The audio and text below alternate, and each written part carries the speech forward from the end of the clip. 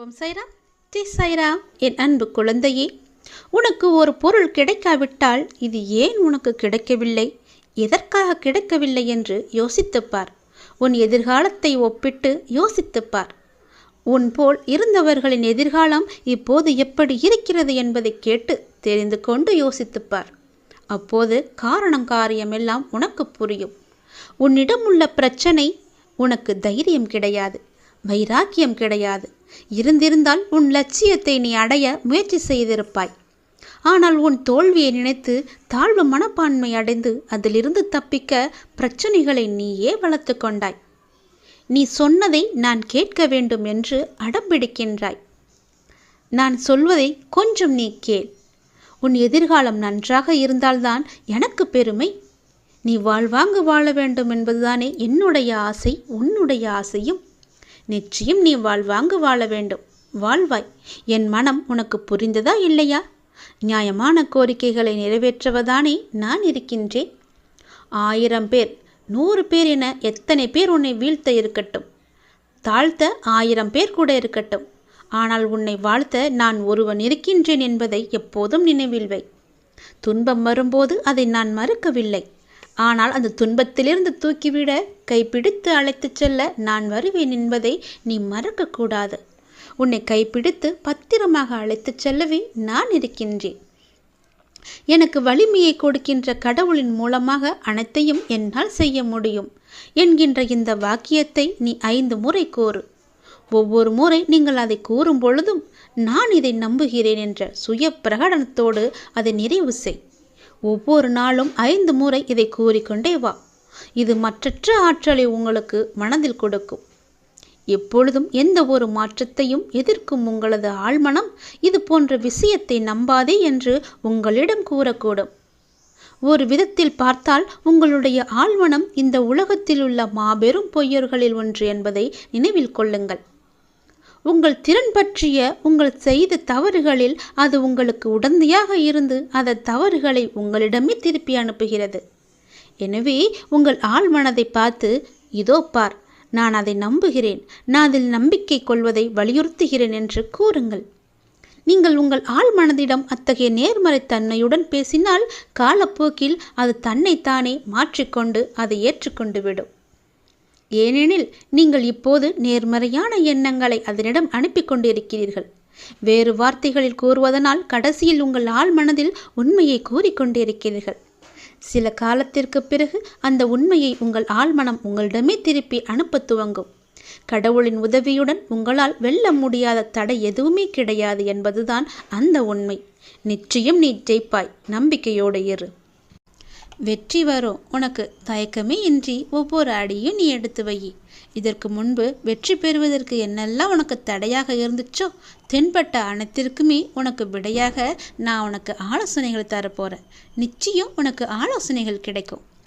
ஏனென்னா பிறருக்கு உதவும் குணம் உங்களிடம் இருக்கும் வர இறைவன் உனக்கு எப்போதுமே துணை இருப்பார். உங்களுடன் அவர் இருந்து கொண்டே இருப்பார். நீ கேட்ட கேள்விக்கான பதில் என்னிடமிருந்து நிச்சயம் உனக்கு கிடைக்கும். நீ சிந்திய ஒவ்வொரு துளி கண்ணீருமே எனக்கு தெரியும். நீ எதிர்பார்க்காத நேரத்தில் எதிர்பார்த்த செயலை நான் நடத்தி காமிக்கிறேன். நம்பிக்கையோடு இரு. உனக்கு நிச்சயமாகவே நன்மை உண்டு. இவ்வளவுதான நம்ம வாழ்க்கை, இதுதான நம்ம முடிவு, இதுதான் நம்முடைய விதி என நீ கூறாத. அது எந்த ஒரு மனிதனுக்கும் கிடையாது. மனிதன் என்ன கடவுளா? கடவுளுக்கு தெரியாதா? உன்னை படைச்ச இறைவனுக்கு தெரியாதா? அனைத்தையும் மாற்ற ஒரு நொடி போதும் அந்த கடவுளுக்கு. இறைவனை நம்பு. உனக்கு எல்லாமே நல்லதாகவும் ஏற்றதாகவும் ஏற்றமாகவும் இருக்கும். உன்னுடைய வாழ்க்கை நிச்சயம் நல்லபடியாக அமையும். நீயே எல்லாத்தையும் முடிவு செஞ்சிடாத. உன்னுடைய வழிகளும் உணர்வுகளையும் சில உறவுகள் புரிந்து கொள்ளாமல் இருக்காங்க. அவங்கள பற்றியெல்லாம் நினச்சி நீ கண்ணீர் வடிக்காத. எவருக்கு எப்படி புரிய வைக்க வேண்டுமோ அப்படி நான் புரிய வச்சுக்கிறேன். அந்த பொறுப்பை என்னிடம் ஒப்படைச்சி விட்டு நீ தைரியமாக இரு. உனக்கானது கண்டிப்பாக உனக்கு கிடைக்கும்னு நான் பல முறை சொல்லியிருக்கேன் இல்லையா? கூடிய விரைவாகவே உனக்கு ஒரு நல்ல செய்தியை நான் கொடுக்க போகிறேன். அதனால் எந்த கவலையும் நினச்சி நீ கண்ணீர் வடிக்காத. அப்பா இருக்கிற நம்பிக்கையோடு இரு. தைரியமாக இரு. உனக்கு நிச்சயம் நல்லது நடக்கும். என்னுடைய ஆலோசனை, என்னுடைய பதில், என்னுடைய விடை என எல்லாமே உனக்கு கிடைக்கும். என்னுடைய அனுக்கிரகமும் உனக்கு கிடைக்க போகுது. பாபா எங்குமே நிறைஞ்சி இருக்கிறன்ற நம்பணும். அம்மா, சற்று நேரத்துக்கு முன்னாடி உன் வீட்டு வாசலில் வந்து குறைச்ச நாய்க்கு 2 காய்ந்த ரொட்டி துண்டு போட்டா இல்லையா? அந்த நாய்க்குள்ளே தான் நான் இருந்தேன். எறும்புக்கும் பசிக்குமே என்று கவலைப்பட்டு தோட்டத்தில் நீ தானியங்களை போட்டு வச்சிருந்த இல்லையா? அந்த புண்ணியவதி நீதானே? அப்படி இருக்கும்போது உனக்கான நல்லதை செய்வதற்கு நான் எப்படி தயங்குவேன்? எல்லாமே உனக்கு கிடைக்கும்படி நான் செய்கிறேன். ஒவ்வொரு ஜீவராசியிலுமே உன்னுடைய அப்பா இருக்க. ஒரு சிறு எறும்புலேருந்து பெரிய உருவம் யானை வரைக்கும் எல்லா உயிருள்ள ஜீவனிலையும் உன்னுடைய அப்பா நீக்கமர நிறைஞ்சிருக்கேன் தங்கமே. உன்னுடைய வாழ்க்கையில் உன் தற்போதைய போராட்டங்கள் எல்லாமே உனக்கு பெருசாக தெரியுதுன்னு நினைக்காத. அது தற்போதைய நிலை உனக்கு கடினமாக தான் தெரியும். அதனால் நீ இதை எதிர்கொள்ளும் பொருட்டு உன்னுடைய வாழ்க்கையில் இனி வரும் காலங்கள் எல்லாமே வசந்தம் வீசப் போகிறது. இப்போதைய போராட்டங்கள் எல்லாம் கண் எதிர நிற்கும் எதிராளி உன்னுடைய கர்மா தான், உன்னுடைய மாயை தான், அது உன்னுடைய விதி. இதையெல்லாம் நீ பெருசுப்படுத்தாத. இந்த 3மே எல்லோருடைய வாழ்க்கையிலும் நடந்துக்கிட்டே இருக்கும். நல்லது கெட்டது தீர்மானிக்கும் பொருட்டு தான் எல்லோருடைய வாழ்விலும் இருக்கும் ஏற்றமும் சர்க்கல்களும். அதனால் நீ இதை பற்றி பெருசாக எடுத்து உன் மனசை நீ குழப்பிக்கொள்ளாத. ஒருவருடைய வாழ்க்கையில் உள்ள மன உறுதி அவர் போகும் பாதையின் தூரத்தை தான் தீர்மானிக்கும். அப்படி தீர்மானிக்கும் போது எதிர்கொள்ள வேண்டிய வழி திருப்பங்கள் நிறையவே இருக்குது. அந்த திருப்பங்களை நீ தான் பார்த்து உன்னுடைய வழிப்பாதையை நீ திருப்பிக்கணும். அதில் அவர் எடுக்கும் முடிவுகள் அவரவர் சிந்தனை என யுத்த காலத்தின் பரிமாணங்கள் இங்கு உனக்கு போராடு யூகம். அவற்றின் வழிமுறைகள் எல்லாமே நிச்சயம் மாறும். நீ தான் பக்குவமாக பயன்படுத்திக்கணும். நீ என்னை நம்பு. நீ என்னை நம்புற இல்லையா? நீ நிச்சயம் கரை சேர்வ. நன்மை உனக்கு விளைஞ்சிக்கிட்டே இருக்கும். நீ என்னுடைய பாதுகாப்பத்தில் தான் இருக்க. நான் உன்னை எப்பொழுதும் என் கண்ணுக்குள்ளே இமை காப்பது போல காத்துக்கிட்டு இருக்க. நிறைவான மகிழ்வான வாழ்க்கையை நீ வாழப்போகிற. கண்டிப்பாக உனக்கு நல்லது நடக்கும்படி நான் செய்கிறேன். என்னை நம்பு. நீ நிச்சயம் அழ வேண்டிய அவசியமே கிடையாது. உனக்கானது எல்லாமே தயாராக இருக்கு. நிறைவான மகிழ்வான வாழ்க்கையை நீ வாழ போகிற. நிம்மதியாக இரு. இப்போது உன மனசில் இருக்கிறதுக்கு சந்தோஷம் மட்டும்தானே உனக்கு வேணும்? உன்னுடைய குழப்பத்துக்கெல்லாம் பதில் தானே வேணும்? கூடிய சீக்கிரமே உன் குழப்பத்துக்கான பதிலை நான் சொல்கிறேன். இந்த நொடி இப்போது நீ உன் மனசு தெளிவாக வச்சுக்கோ, சந்தோஷமாக வச்சுக்கோ. எதை பற்றியுமே நீ கவலைப்படாத. நான் இருக்கேன். நானே எல்லாத்துக்கும் பொறுப்படுத்துக்கிறேன். நானே எல்லாத்தையும் பார்த்துக்கிறேன். நீ இனி எதுக்குமே கவலைப்பட வேண்டாம் தங்கமே. பாபாவின் திருவுருவத்தை அடிக்கடி நாம் பார்க்க வேண்டும். அவர் எப்போதும் நினைக்காது உதவும். அப்படியென்ற நோக்கத்துடன் பாபாவை போட்டோ எடுப்பதற்கு பம்பாயிலிருந்து சில மாணவர்கள் கேமரா ஒன்றுடன் வந்திருந்தனர். அவர்களுடைய நோக்கம் நிறைவேற போட்டோ எடுப்பது சரியான வழி அல்ல. மாறாக அவர்கள் தம்மை காண முடியாதவாறு மறைந்து நிற்கும் சுவரை தகர்த்தெறிய வேண்டும் என பாபா அறிவுரை வழங்கியிருக்கிறார். அவ்வாறு தடையான சுவர் அகற்றப்பட்டு விட்டால் அவர்களும் பாபாவும் ஒருவரையொருவர் நேருக்கு நேர் தெள்ளத் தெளிவாக பார்த்து கொள்ள முடியும். தகத்தெறிவது என்பது எதிர்மறையான சாதனை. பாபாவின் சூசகமான பேச்சின் உட்பொருள் என்ன என்பதை தெரிந்து கொள்ள வேண்டும். அந்த வாலிபர்கள் தாங்கள் என்பது தங்கள் உடல்கள்தான் என கருதியது போல் பாபா என்பதும் பாபாவின் சரீரம்தான் என கருதினர். அந்த மாதிரி அனுமானங்களை விடாமல் பாபாவின் உடலை மட்டும் போட்டோ எடுக்க முயற்சி செய்யும் வரை தங்களை பற்றியும் பாபாவை பற்றியதுமான ஸ்வரூபம் சம்பந்தமான அவர்களது தவறான நோக்கங்களிலிருந்து விடுபட முடியாது. சீரடியிலுள்ள இவ்வுடலை பார்த்துவிட்டு சாய்பாபாவை கண்டுவிட்டதாக ஒருவன் எண்ணுவானாயில் அவன் எண்ணம் என்பது தவறானதே. நான் இங்கே இல்லை என சில சமயங்களில் பாபா கூறுவார். அனைத்து உயிரிலும் உள்ளேயும் புறத்தையும் நான் வியாபித்திருக்கின்றேன் என்று பகவான் கூற்றை உணர்த்தவே பகவான் இவ்வாறு உங்களுக்கு போதனை செய்கிறார். என்னை நீங்கள் போட்டோ எடுத்துதான் படம் பிடித்துதான் என்னை நீங்கள் உணர வேண்டுமென்றால் அது உண்மையான நம்பிக்கை அல்ல, உண்மையான பக்தியும் அல்ல, உண்மையான என் மீது கொண்ட விசுவாசமும் அல்ல. அது ஏதோ நாம் கும்பிட வேண்டுமே என்ற கடமைக்காக கும்பிடும் பழக்கமுடையது. நீங்கள் என்னுடைய உண்மையான பக்தனாக இருந்தால் நீங்கள் என் பெயரை சொன்னாலே நான் உங்களுக்கு தெரிய வருவேன். உன் கண்முன்னே எப்படியாவது காட்சி தருவேன். வாழ்க்கையில் நினைப்பது நடக்கவில்லை என கலங்காதே. உனக்கு கிடைக்க வேண்டியது நிச்சயம் கிடைக்கும். நம்பிக்கையோடும் பொறுமையோடும் இரு. என் மீது முழு நம்பிக்கை வைத்து காத்திரு. உன் அனுமதியெல்லாம் எனக்கு தேவையில்லை. நீ கேட்டு இங்கு ஒன்றும் நடைபெறப் போவதில்லை. இங்கு நடைபெறுகின்ற அனைத்துமே ஏற்கனவே விதிக்கப்பட்டவை, எப்போதோ முடிவானவை. ஆகவே வெறுமனே நின்று நீ வேடிக்கை மட்டும் பார்த்து கொண்டிருப்பதை தவிர உனக்கு வேறு வழியே கிடையாது. நான் சொல்வது எல்லாமே உன்னுடைய நன்மைக்காக மட்டுமே. நீ என் மீது முழுமையாக நம்பிக்கை வைத்து மனசார என்னை அப்பா என்று, சாய்ராம் என்று உனக்கு எப்படி பிடிக்கிறதோ அப்படி என்னை அழைத்தாய் என்றால் உன்னுடைய தீமைகள் எல்லாம் மறைக்கப்பட்டு உன்னுடைய நல்லொழுக்கங்கள் மதிக்கப்படும். நீங்கள் உடனே சென்று தத்ராயரை வணங்க வேண்டும். தத்ராயரை என்பது சிவன் ஆலயம். சிவனை சென்று நீங்கள் வணங்கி பாருங்கள். உங்கள் வாழ்வில் நல்லது நடக்கும். உங்கள் வாழ்வு பல மடங்காக நன்மையை தேடி கொண்டு வந்து சேர்க்கும்.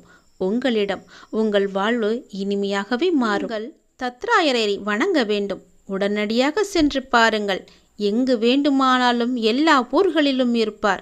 அவரை நீங்கள் வணங்கி வந்தால் உங்களுடைய வாழ்க்கை நிச்சயமாகவே மாறும்.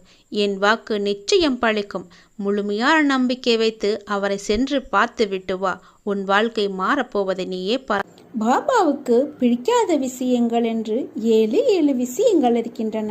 அதை மறந்தும் கூட நாம் அவற்றை செய்யக்கூடாது. பாபாவுக்கு பிடித்த விஷயம் என்பது ஒன்றே ஒன்றுதான். முதலில் பாபாவுக்கு பிடிக்காத 7 விஷயங்கள் என்னென்ன என்பதை பற்றி இங்கே காண்போம். தாழ்மையில்லாமல் கர்வத்தோடு பார்க்கின்ற கண்கள், பொய்யை மெய்போல் பேசுகின்ற புரட்டு வாயுள்ள நாக்கு, குற்றமில்லாதவர்களை ஏமாற்றி பிழைக்கின்ற கைகள், கெட்டவற்றை சிந்திக்கின்ற இதயம், என்னை மதிக்காமல் தன் வழியை போகின்ற கால்கள், அபத்தமாக பிறரை பற்றி பொய் பேசுதல், ஒருவரை பற்றி இன்னொருடம் புறம் பேசுதல் ஆகியன. இவை உங்களிடம் இல்லாமல் பார்த்து கொள்ளுங்கள். நான் விரும்புகின்ற விஷயமோ ஒன்றே ஒன்று. அது என்னவென்றால் என் மீது பூரணமான பக்தி, நம்பிக்கை, பொறுமை. இவை மட்டும்தான். இந்த பக்தி இருந்தால் என் மீது நம்பிக்கை வரும், பொறுமை வரும், அனைத்தையும் சகிக்கலாம் என்ற எண்ணம் வரும், எல்லாம் பாபா அனுமதிப்பது என்ற அறிவு வரும். பிறகு அனைத்தும் நன்மையாக முடியும். நாம் அனைவரும் பாபா வெறுக்கின்ற 7 விஷயங்களையும் நாமும் வெறுத்து நல்லவற்றை மட்டுமே கடைபிடித்து வாழ்வோம். பாபாவின் அருட்கண் பார்வையால் நாம் அருள் பெற்று நீண்ட ஆயுசோடு எந்த குறையும் இல்லாமல் வளமோடு வாழ்வோம். நல்லதே நடக்கும். ஓம் சாய்ராம், ஜெய் சாய்ராம். உன்னுடைய விருப்பங்கள் நிறைவேறப் போகின்றது. விருப்பங்கள் நிறைவேறுவதற்காக நாம் அப்பாவை பார்க்கின்றோம், வேண்டுதல் வைக்கின்றோம், ஆசையும் பெறுகின்றோம். பல சமயங்களில் நிறைவேறும் வேண்டுதல்கள் சில சமயங்களில் கேட்கப்படுவதில்லை. அப்படியானால் நம் வேண்டுதல்களை அவர் நிராகரிக்க காரணம் என்ன? இந்த வேண்டுதல்களின் பலன் நமக்கு வேண்டாம் என பாபா தீர்மானிப்பதுதான். அந்த தீர்மானத்தை கண்டிப்பாக நிறைவேற்றிக் கொள்ள விரும்பினால், அப்பா இந்த பொருளை அடைவதற்கு என்னை தகுதிப்படுத்து, இந்த பொருள் என்னிடத்தில் வந்தால் அதை வைத்து காப்பாற்றும் மனதிடத்தையும் வேறு வழிவகைகளையும் உருவாக்கி கொடு என்று வேண்டுதல் வையுங்கள். அவரிடம் இதுதான் எனக்கு வேண்டும் என்று அடம் பிடிக்காதீர்கள். அப்பாவிற்கு தெரியும் உனக்கு அது கொடுக்க வேண்டுமா வேண்டாமா என்று. மனிதன் எந்த நிலையில் இருக்கின்றானோ அந்த நிலையில் எப்போதும் மகிழ்ச்சியாக வாழவே விரும்புகின்றான். அத்தகைய மகிழ்ச்சியை அனுபவிக்க மனிதன் கடவுளை தேட வேண்டும். வெறும் உணவையோ உடையையோ அல்ல. ஆனால் கடவுள் எங்கே வசிக்கின்றார்? பக்தன் வழிபடும் இடம் கடவுளின் இருப்பிடம் என்று கூறப்படுகின்றது. உண்மையில் கடவுள் தன்னை நேசிப்பவர்களின் இதயங்களில் வாழ்கின்றார். தன்னை உணர்ந்தவர்கள் தங்களை சுற்றியுள்ள மக்களுக்கு சேவை செய்வதன் மூலம் கடவுளின் பலிபீடத்தில் தங்களை அர்ப்பணிக்க வேண்டும். சமுதாயத்தில் ஏழைகளுக்கு சேவை செய்வது உண்மையில் தெய்வீக சேவையாகும். கடவுள் சக மனிதர்களின் வடிவில் மக்களை காப்பாற்ற வருகின்றார். தேவைப்படுபவர்களுக்கு உதவ வேண்டும் என்ற தம்முடைய விருப்பத்தை நிறைவேற்ற தேவன் நம்மை அவருடைய கருவிகளாக பயன்படுத்துகின்றார். நாமும் அவருடைய கருவிகள்தான். அப்பா நமக்கு கொடுத்தது நாம் பிறருக்கு கொடுப்போம், அவ்வளவுதான். எல்லாவற்றையும் அல்ல. நம்மால் சிறிதாக கொடுக்க முடிந்தால் கொஞ்சம் கொடுங்கள். மற்றவர்களுக்கு நாமே கடவுளாக தெரிவோம். யாரோ ஒருவருக்கு உதவ யாருமே இல்லை என்று நினைக்கும் பட்சத்தில் நீ சென்று உதவிக்கரம் நீட்டிப்பார். நீயே அவர் கடவுள். உன்னை கையெடுத்து கும்பிடுவார். அப்போது தெரியும் உனக்கு எவ்வளவு மகிழ்ச்சி ஏற்படுகிறது என்று, உன்னுடைய மனதில் எவ்வளவு நிம்மதி ஏற்படும் என்று. கடவுள் உணர்தலுக்கான பாதையை தீர்மானிக்கும் திறன் நம் ஒவ்வொருக்கும் இல்லாமல் இருக்கலாம். ஆனாலும் நாம் விரக்தியடைய தேவையில்லை. சமூக சேவை செய்ய பல வழிகள் உள்ளன. பலவீனமானவர்களுக்கும் ஆதரவு அற்றவர்களுக்கும் நம் சக்திக்கு உட்பட்டு உதவ முடியும். முழு அர்ப்பணிப்புள்ள சமூக சேவையாளருக்கு உதவி மற்றும் ஆதரவை பணமாகவோ அல்லது பொருளாகவோ அல்லது உழைப்பின் மூலமாகவோ வழங்க முடியும். உழைப்பின் மூலமாகவோ வழங்கினால் மிகவுமே நல்லது. ஒரு சிறு விதையை நட்டால் அது பெரிய மரமாக வளர்ந்து பலரின் பசியை போக்குகின்றது. சமூகத்திற்கு நாம் செய்யும் சேவையும் அப்படித்தான். அதுபோல தன்னலமற்று முழு மனதுடன் நம்மால் இயன்ற சேவையை செய்தால் அப்பாவின் அளவற்ற அருளை அனுபவிக்க தகுதி உடையவர்களாகிவிடுவோம். நாமும் கடவுளாக தெரிவதற்கு கடவுள் நம்மை அர்ப்பணித்திருக்கிறார், உருவாக்கியிருக்கிறார். நாமும் சிறு சிறு உதவிகளை செய்வோம். உனக்கு எப்போதுமே அந்த தைரியம்தான் உனக்கு உறுதுணையாக இருக்கும். சில நிகழ்வுகள் உன்னை அச்சுறுத்தி பார்க்கும். அதனுடைய சலசலப்புக்கு நீ அஞ்சு விடக்கூடாது தங்கமே. உன்னுடைய பொறுமை இழந்து அவசரமாக எந்த முடிவும் எடுத்து விடாத. உன்னை சுற்றி என்ன நடக்குது என்பதை நீ புரிஞ்சுக்கொள்ள உனக்கு ஒரு வாய்ப்பு கிடைக்கும். அது உன் வாழ்வில் சரியான தீர்மானத்துக்கு அதுவே உன்னை அழைச்சிட்டு போகும். அதுவே நல்ல வழிகாட்டியாகவும் இருக்கும். அந்த வாய்ப்பை நீ சரியாக பயன்படுத்திக்கோ. இப்போது உன்னுடைய பயணத்தை நீ தீர்மானிக்கவில்லை, அதை நான் தான் தீர்மானிச்சிருக்கேன் தெரியுமா? நீ செல்லும் பயணத்தில் உள்ள வாழ்விற்கான ஒரு நன்மை இருக்குது. அது என்னன்னு நீயே போக போக புரிஞ்சுப்போ. அதோடு உன் மன குழப்பத்திற்கும் ஒரு நல்ல தீர்வு கிடைக்க போகுது. எல்லாமே நன்மையில் முடிய போகுது. உனக்கு இது அற்புதமான காலகட்டமாக இருக்க போகுது. உன் அப்பா நான் சொல்வது எல்லாமே உன்னுடைய நன்மைக்காக மட்டும்தான். உன் கடந்த கால வாழ்க்கையை நினச்சி நீ மிகவும் வருத்தப்படுற இல்லையா? கடந்த காலம் கடந்த காலமாகவே இருக்கட்டும். இனி வரப்போகிற காலம் உனக்கு தித்திப்பாக மாறப்போகுது. இது உன்னுடைய அப்பாவின் வாக்கு. மீண்டும் ஒரு முறை மாயைகள் நிஜமென்று நீ நம்பி பின்னால் சென்று இறுதியில் அதுவும் மாயை என்ற முடிவுக்கு நீ வந்துக்கிட்டு இருக்க. மாயையை நீ நம்பாத. இதனை வெல்ல மனசில் உன்னுடைய மனசுக்குள்ள ஒரு வைராக்கியம் வரணும். எத்தனை பெரிய இன்பத்தையும் தருவது போல மாயை உனக்கு வேடிக்கை காட்டினாலும் அதன் பின்னே வைராக்கியமாய் வேண்டாம் என்று தான் நீ போகணும். அது தள்ளிட்டு நீ முன்னே போயிட்டேரு. அதற்குத்தான் பழைய படிப்பினைகள் உனக்கு தேவைப்படுது. உன் வாழ்க்கையில் நீ செய்ய வேண்டிய கடமைகள் பல இருக்கு. முழு நேரமும் மாயையின் பின்னால் செல்லாமல் உன் கடமைகளை நிறைவேற்ற நீ முயற்சி செய். நான் உனக்கு தரும் பரிசு மாயை அல்ல, அது நிஜமான ஒன்று. அது விரைவில் உன்னை வந்து சேரும். கண்டிப்பாகவே கிடைக்கும். ஒரு விஷயத்தை நீ எந்த கண்ணோட்டத்தில் பார்க்குறாயோ மற்றவங்க அதே கண்ணோட்டத்தில் தான் பார்ப்பாங்கன்னு கிடையாது. உனக்கு வேறு கண்ணோட்டமாக இருக்கும், அவங்க பார்க்கும் விதம் வேறையாக இருக்கும். அது சரியாகவே இருந்தாலும் மற்றவர்கள் பார்வைக்கு அது தவறாக கூட இருக்கலாம். ஆனால் உன் மனசு நான் அறிஞ்சேன். உன் நோக்கம் எப்போதும் நேர்மறை எண்ணத்தோடு இருப்பதால் நான் உன் வாழ்க்கையில் எந்த மாதிரியான பிரச்சனைகள் வந்தாலும் உன்னால் சமாளித்து மேலே வர முடியும்.